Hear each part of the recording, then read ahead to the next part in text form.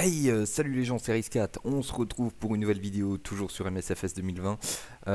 Alors, aujourd'hui, je vous en ai parlé dans une précédente vidéo, comme quoi on pouvait installer du contenu, etc. Je me suis dit que j'allais vous montrer rapidement, avant de démarrer, une vidéo classico-classique, hein, de toute façon vous le verrez dans le titre.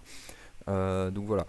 Donc pour commencer, ouais, ce que je vous disais, donc c'est que moi j'ai été faire un tour dans Vol de découverte, parce que je savais pas du tout ce que c'était. Et en fait, ce qui se passe, donc là, bon, on a du contenu de base, hein, et en dessous, je voyais des choses à télécharger. Je me suis dit, ben mince, qu'est-ce que c'est, etc. Donc là, vous voyez, il y avait Paris, Parc des Écrins France qui m'intéressait éventuellement. Là, en ce moment, on va dire que je serais peut-être sur les Alpes valaisiennes en Suisse, donc allez, on va là-dessus. Et là, en fait, il nous met ben, trois choses qu'il faut installer. Donc, tu fais accéder au gestionnaire de contenu.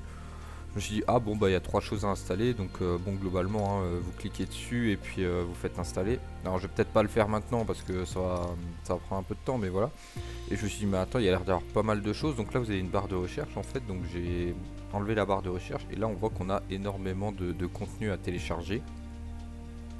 Donc tout ce qui m'intéressait en France, etc., je l'ai installé. Alors après, j'aurais pu passer par l'utilitaire de recherche, mais je voulais voir un petit peu ce qu'il y avait, voilà, ce que les équipes d'Azobo ou Microsoft avaient fait. Donc voilà, bah, c'est vrai que j'ai été un petit peu là-dedans. Alors ça par exemple, je sais pas du tout ce que c'est. CU02, 3D Photogrammetricity. Bon, visiblement ça prend pas longtemps, donc je peux vous montrer comme ça, voilà. Là on fait installer, et puis en fait vous voyez que ça se télécharge. Alors vous pouvez continuer à jouer hein, pendant que ça se télécharge et que ça s'installe, donc ça c'est plutôt cool. Ça c'est plutôt la bonne surprise on va dire. Après voilà, bon je sais pas du tout ce que je viens d'installer hein, pour le coup, mais voilà. Et ensuite on revient à l'accueil, on fait carte du monde, là on voit qu'il y avait écrit nouveau. Et en fait tous les petits points d'exclamation là, tout ça c'est tout ce que je viens d'installer comme contenu. Donc vous voyez il y en a quand même pas mal sur la France. Au niveau de... Alors je sais pas si ici on est déjà en Allemagne, ça doit être les Pays-Bas, sûrement, ou le Danemark. J'ai du mal hein, sans les frontières c'est difficile. C'est difficile. Je pense que la France ça doit s'arrêter à peu près là. Je sais pas si on a une Dunkerque. Coxine, non ouais tout ça c'est déjà la Belgique je pense.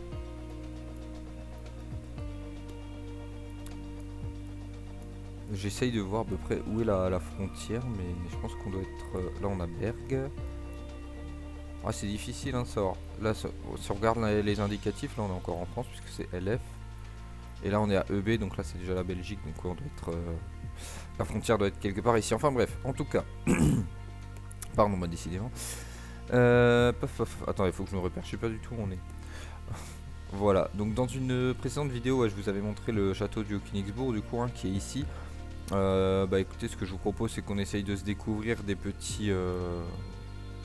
petits monuments. Alors qu'est-ce qu'on a ici? On a la place Stanislas, bon, que je connais très bien puisque j'ai vécu 5 ans à Nancy pour mes études. C'est dommage d'ailleurs, la seule chose que je regrette, c'est qu'on n'ait pas le mont Saint-Odile ici, puisque bon, vous savez que pour l'histoire aéronautique, il y a eu un petit malheur avec... alors, il faut savoir que le crash ne s'est pas déroulé pile au mont Saint-Odile, mais sur la montagne d'à côté. Mais c'est vrai que voilà, pour l'aspect historique, ça aurait été un petit peu cool d'avoir un petit truc, un petit clin d'œil comme ça. Bon, après, je pense que ça aurait suscité sûrement des... Comment dire? Enfin voilà, vous m'avez compris quoi, hein, potentiellement des polémiques et voilà, des gens pas contents. Bah écoutez, ce que je vous propose, donc là j'ai choisi du coup le Grumman AA5B. Alors je voulais voir s'il n'y avait pas d'autres livrets parce qu'en blanc comme ça il est un peu... C'est pas qu'il est moche hein, mais autant qu'on en profite. Alors faut savoir que l'indicatif c'est Tiger, d'où la livrée ici un peu tigre. Je le prendrais bien en orange, tiens. Ou alors comme ça. Ah j'hésite. Allez, on va le prendre comme ça fait... Oh non, vous savez quoi, allez, soyons fous, prenons-le en orange. Et ce que je vous propose du coup, c'est qu'on décolle de l'aérodrome de Nancy et qu'on aille voir justement cette place Stanislas. Alors là, on voit que sur l'aérodrome, on a sûrement un terrain de karting et on dirait un genre de terrain de baseball. Voilà. Normalement, on a le stade Marcel Picot qui est pas trop loin, si je ne m'abuse. Alors, faudrait que je me repère, mais Pulnoy, essai. C'est un max. Voilà, il est là en fait. Voilà. Parce que du coup, bon, moi je connais un peu ce coin-là, là. Je connais un peu. Ici, on a l'aérodrome de Malzéville, où il y a pas mal de tout petits avions et d'aéromodélisme, voilà, je cherchais le mot, pardon. Donc voilà, mais du coup là on va se faire un petit tour autour de Nancy, donc on va prendre essai, et puis bon écoutez on verra ce que ça donne, hein.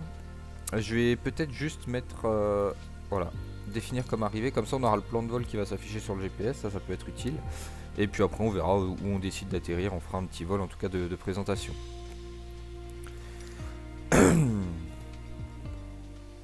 Bon, pour rien vous cacher, j'ai déjà un petit peu piloté du coup là le Grumman. Donc je me suis dit que j'allais un petit peu me renseigner maintenant sur les avions que je vous présente parce que j'en avais marre à chaque fois de dire des bêtises. Donc là c'est un avion, donc c'est une marque américaine. Alors je suis désolé hein, si je prononce mal ça par contre, je me suis toujours pas amélioré là-dessus. Mais bon voilà, moi je dis Grumman AA5B et donc indicatif Tiger et donc ouais c'est un avion américain des années à peu près 70. C'est comparable à du Piper PA28 qui est beaucoup plus connu je pense. Peut-être un peu plus récent, je sais pas. En tout cas voilà, c'est un avion qui a été initié dans les années 70 et dont la fin de production en fait s'est faite en 2005. Voilà. Il est équipé d'un petit moteur 150 chevaux, donc petit, tout est relatif, mais d'un moteur 150 chevaux en tout cas. Oula, par contre, graphisme, bonjour, merci. Hein. Bonjour, merci. Hein. Je sais pas ce qui. Ah oui, ça y est, c'est peut-être le temps que ça charge. Alors c'est marrant parce que j'avais choisi la piste en herbe, mais il me met sur la piste. Ok, bon bah vas-y, hein, fais ce que tu veux. Hein. Voilà, donc petit tour du propriétaire. Alors, j'ai mis le petit GPS, la GTN 750. Bah écoutez, moi personnellement, je le trouve plutôt propre, honnêtement. Bah, GG, hein, GG. Hein. Donc, non, non, franchement, il est plutôt bien modélisé. Oula, alors, je sais pas, j'ai l'impression que la vue, elle s'est TP carrément. Voilà, donc, bah, visiblement, c'est un avion immatriculé en Allemagne. Du coup, l'immatriculation, c'est Delta Echo Echo Hotel Alpha. Donc du coup nous on sera Hôtel Alpha à la radio pour ceux qui veulent savoir. Bah écoutez on teste les commandes, bon bah rien de spécial, hein. On voit bien le compensateur là sur les ailes, voilà. Ok, donc on a fait la profondeur et j'ai plus le nom, voilà pour tourner l'avion. La profondeur c'est ça et puis donc ça c'est le lacet. Et ça je sais jamais. Voilà, comme ça au moins vous saurez. Non, à chaque fois j'hésite entre le tangage et le roulis, enfin bref. Donc on a mis un cran de volet. Alors à l'intérieur ça donne ça. Donc là on peut choisir voilà, les carburants, les choses. Là on a tout ce qui permet de gérer le moteur. Ici on a tout ce qui permet de gérer les lumières. Alors vous voyez qu'il y a un petit bruit un petit peu chiant.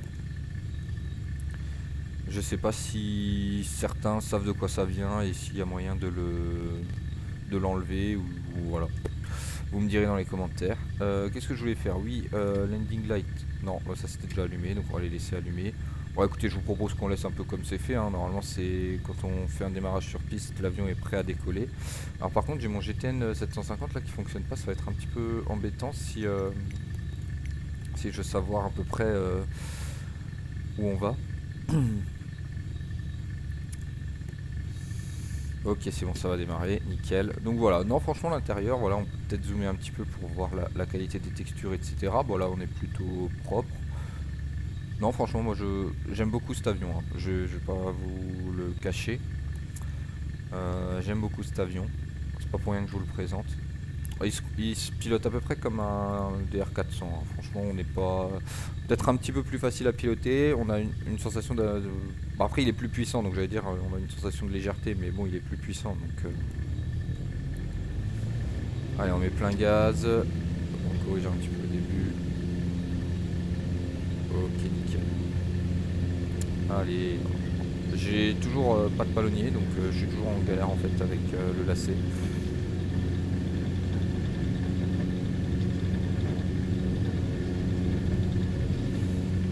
Ok voilà, donc bon, vous voyez on monte tranquillement. Alors faut être très doux avec les commandes parce qu'il est très réactif. Je vais le trimer un petit peu là parce que voilà il a tendance à piquer du nez. Donc on va trimer un petit peu la profondeur. Normalement 3% ça devrait être à peu près ce qu'il faut.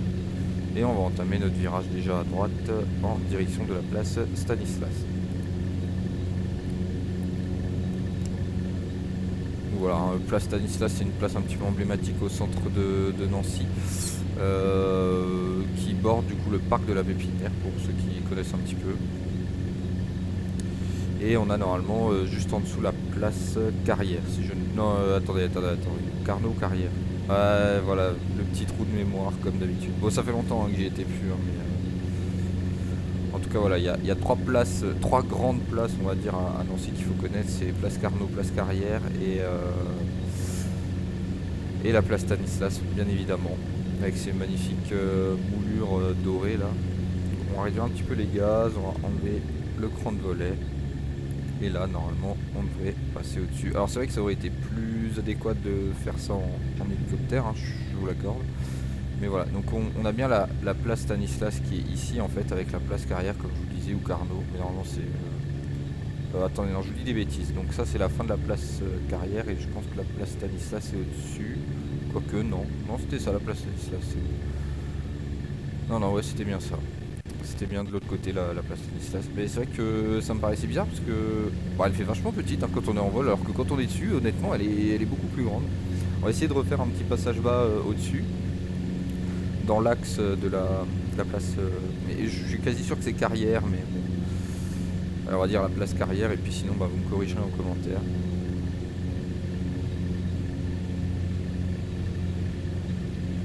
Alors, vous voyez, hein, on peut lui mettre de l'angle et tout. Franchement, c'est un avion qui accepte pas mal. Là, on a le haut du Lièvre, là, pour ceux qui connaissent. C'est un quartier un petit peu... voilà, bon, c'est des HLM, tout ça. Enfin, on va pas refaire non plus... on va se faire l'avocat du diable, mais... ouais, un peu trop de ballonniers. Là, on a senti. Voilà. Bon, c'est vrai que c'est peut-être un petit peu dommage. On va se mettre en vue extérieure quand même, mais... bon, c'est vrai que normalement, il y a la statue au centre et tout. Là, on a vraiment rien, quoi, pour le coup. Donc, c'est vraiment dommage. Quand on fait des points d'intérêt comme ça, c'est vrai qu'on peut s'attendre quand même à avoir... on va avoir les choses qui sont bien modélisées, hein, comme le château du Haut-Königsbourg, hein, qui était vraiment top hein, pour le coup. Mais là c'est vrai que je suis un peu déçu là, sur la place Stanislas. Je pensais qu'on pourrait voir pas mal de choses. Je vous propose qu'on fasse un petit tour de Nancy, essayer de voir les 2-3 petites choses à connaître sur Nancy. À savoir que j'ai pas d'addon hein, là, actuellement là, sur Nancy. J'en avais un et puis finalement ça faisait que ramer et c'est... comment dire, ça apportait pas grand chose finalement. Donc les bâtiments, en fait, vu mes paramètres graphiques, les bâtiments franchement étaient moches. Ils étaient un peu comme du chewing-gum là, comme le château du Königsbourg que vous verrez dans la vidéo. Vous verrez, il y a deux châteaux. D'ailleurs, je m'en excuse, j'avais complètement oublié que j'avais un mode qui contenait déjà le château du Königsbourg. Mais vraiment, hein, ça m'était sorti de la tête. Et en fait, c'est en fouillant, parce que je me suis dit, mais c'est pas possible qu'il y soit deux fois, ils auraient pas fait ça sur Microsoft et tout. Et en fait, ouais, c'est là que je me suis aperçu qu'en fouillant un petit peu, j'avais un truc château de Königsbourg dans un dossier, d'un dossier. Voilà, donc là on a le haut du Lièvre là avec ces fameuses tours hein, qui se voient de loin hein, quand vous êtes dans Nancy, et la tour ici qui vont détruire. Alors je sais plus, je voudrais pas vous dire de bêtises sur le nom de cette tour, mais là c'est la tour de haut du Lièvre. Donc voilà, avec pas mal de bâtiments, voilà. Et là, juste ici, vous avez le fameux zénith de Nancy avec sa forme un petit peu particulière, qui a pour particularité d'être un zénith en partie extérieure. Donc voilà. Ça c'est le petit tour pour vous montrer un petit peu ouais, les 2-3 choses. Donc là c'est cool en vrai qu'ils aient fait du coup le zénith de Nancy, mais du coup je trouve que le zénith est beaucoup mieux modélisé finalement que la place Stanislas. Du coup c'est un petit peu dommage. Vraiment pour le coup là...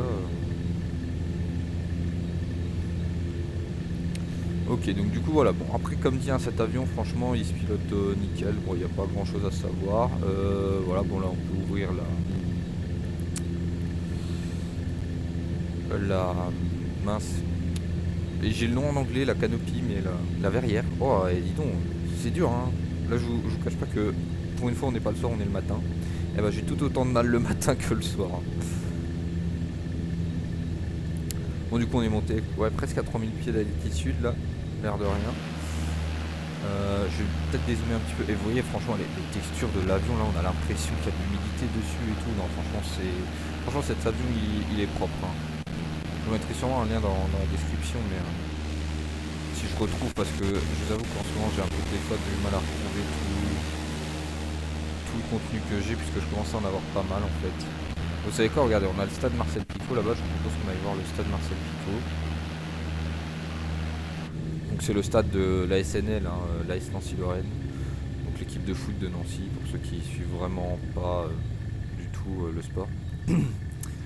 Ou alors qui suivent, mais vu que je sais même pas s'ils sont encore en Ligue 2, hein, honnêtement. Je cache pas que c'est pas le meilleur des clubs, quoi. Mais bon, c'est un peu comme Strasbourg, hein, je dis ça, mais voilà. Donc lui, bon, il est pas modélisé à la perfection, mais bon, il a à peu près cette forme-là, hein, dans la vraie vie, donc. Enfin, quoique, il est un petit peu plus haut, et puis ouais, le côté, c'est pas du tout ça. Mais bon, après, voilà, c'est un stade. C'est un stade. Mais il a à peu près cette forme-là, cette forme un peu. Enfin, rectangle arrondi sur les coins, là. Donc, on va remettre un petit peu de gaz, là. On va essayer de remonter un petit peu.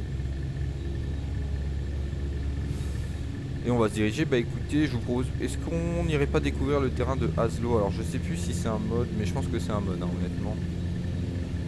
Je vous l'avais déjà fait découvrir, je crois, dans une ancienne vidéo d'ailleurs.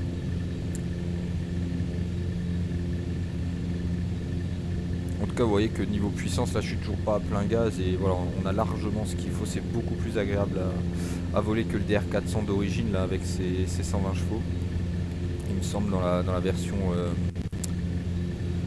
Flight Simulator. Non, là, on a 150 chevaux. L'avion, comme dit, on a vraiment l'impression qu'il est plus léger. Alors après, est-ce qu'il est plus léger ou pas? Je me suis pas renseigné non plus sur ce point-là, mais bon, après, je crois qu'on a que 2 places, non, dans cet avion. J'ai même pas regardé. Tiens. Ah non, on a quand même, non, on a quand même 4 ou 5 places là. Alors je commence, ouais, pardon, à force de... Voilà. On va essayer de se recentrer à peu près.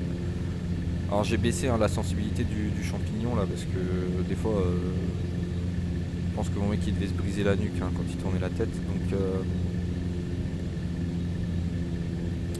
j'avoue que j'avais un petit peu baissé la sensibilité, mais c'est vrai que du coup des fois c'est lent. Alors normalement j'utilise la souris pour faire des déplacements un peu plus rapides, mais c'est vrai que là, j'ai pas eu le réflexe. Je vais pas vous le cacher. On va recompenser un petit peu la profondeur, puisque on commence quand même à piquer pas mal, enfin à monter pas mal. Alors là, ah oui, on est direct aligné en plus sur la piste de Haslo. Bah écoutez, c'est top ça. Sans faire grand chose, on est direct plus ou moins aligné. Donc on reconnaît parce que les pistes d'Haslo sont en V à peu près.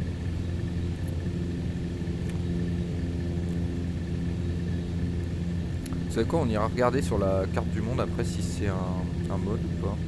Parce que j'avoue que j'ai un doute. En fait, le problème c'est que, comme dit, je me suis remis un petit peu à FSX là, et il y a beaucoup de modes que j'ai sur FSX que j'ai pas sur MSFS et inversement, et du coup des fois je confonds un petit peu les deux. Donc par contre on est un peu haut là. On va déjà sortir un cran de volet, ça permettra de faire ralentir l'avion. Alors faut savoir que Haslo, j'y allais souvent, c'est un terrain de parachutisme à la base. Oula, pardon, il y a eu un petit coup de lag là, et du coup j'ai un petit peu mal géré ma gouverne. Donc on va le laisser descendre tranquillement parce qu'on est vachement haut là pour le coup. Allez, on descend, on descend, on descend. Et dès que ce sera bon, on mettra les autres crans de volée. Je pense qu'avec 2 crans de volée, on arrive à atterrir honnêtement plutôt bien avec cet avion. On n'est pas obligé de sortir les 3 crans de volet. Après, bon, c'est comme chacun souhaite, hein. Allez, je sors le deuxième cran. Je crois qu'on a, ouais, on a bien 3 crans, hein, c'est ça. Ok, on réduit complètement les gaz. On est toujours un petit peu haut là, on va essayer de descendre un petit peu. En même temps, ça permettra de mieux voir la piste pour s'aligner. Moi, je pense qu'on n'est pas trop mal non plus, hein. Après, la piste est assez longue, hein, la piste d'Haslo, donc en vrai, je pense qu'on a de la marge. On va essayer de corriger un petit peu là parce qu'on n'est pas très bien centré. Ok, nickel. Allez, on va ralentir tout doucement. On remet un petit peu de gaz. On se prépare à l'atterrissage. avec ces pistes vraiment un petit peu en pente comme ça.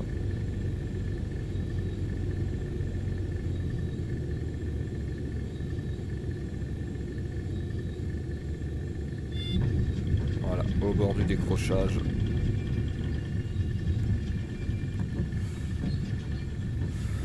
Ok, bon bah voilà, on a atterri. On a atterri. Donc faut savoir que le terrain d'Aslo est à peu près vraiment comme ça. Donc, mais je pense que du coup, non, ça doit être... non, je pense que c'est un modèle d'origine parce que les bâtiments sont pas du tout comme ça en fait. D'ailleurs, c'est moi, il y a un héliport. Parce qu'il n'y a pas du tout d'héliport hein, sur le terrain d'Aslo.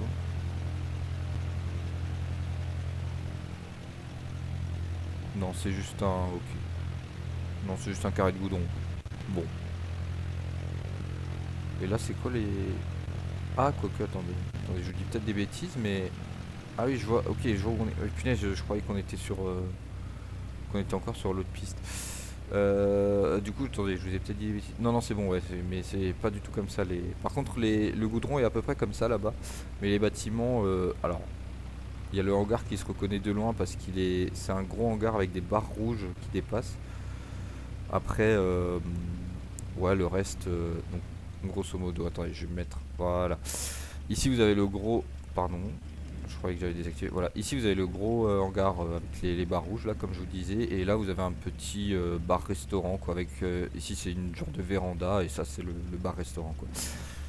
Voilà, et il y a sûrement autre chose à l'intérieur que je connais pas. Moi je me suis arrêté vraiment juste à cet endroit là quoi. Juste pour boire un coup comme on dit. Donc voilà, on a deux pistes hein, comme ça et comme ça.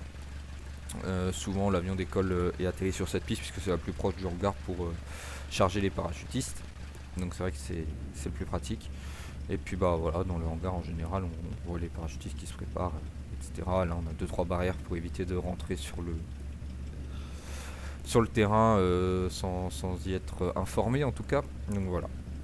Bah écoutez, j'espère que cette vidéo vous aura plu là, la découverte du coup de Nancy et du Grumman AA5B Tiger. Qui est un add-on, hein, qui n'est pas disponible sur MSFS. Voilà, en tout cas moi je l'aime beaucoup. Alors je vous le conseille si vraiment vous aimez l'aviation classique on va dire. L'aviation de brousse un peu parce que ça peut servir en avion de brousse aussi.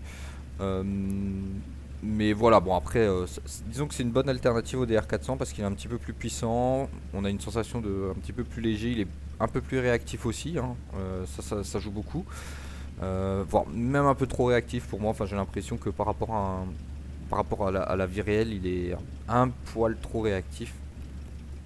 Après, ça peut se corriger en réglant les commandes, hein. Moi, je vous rappelle que j'ai pas forcément pris le temps de régler mes commandes, donc voilà. Mais si on le compare, on va dire, aux autres avions dans MSFS, c'est vrai que celui-là est peut-être un poil trop réactif. Donc voilà. Bah écoutez, comme dit, j'espère que ça vous a plu. Moi je vous dis à très vite pour une prochaine vidéo. C'était Race4, salut.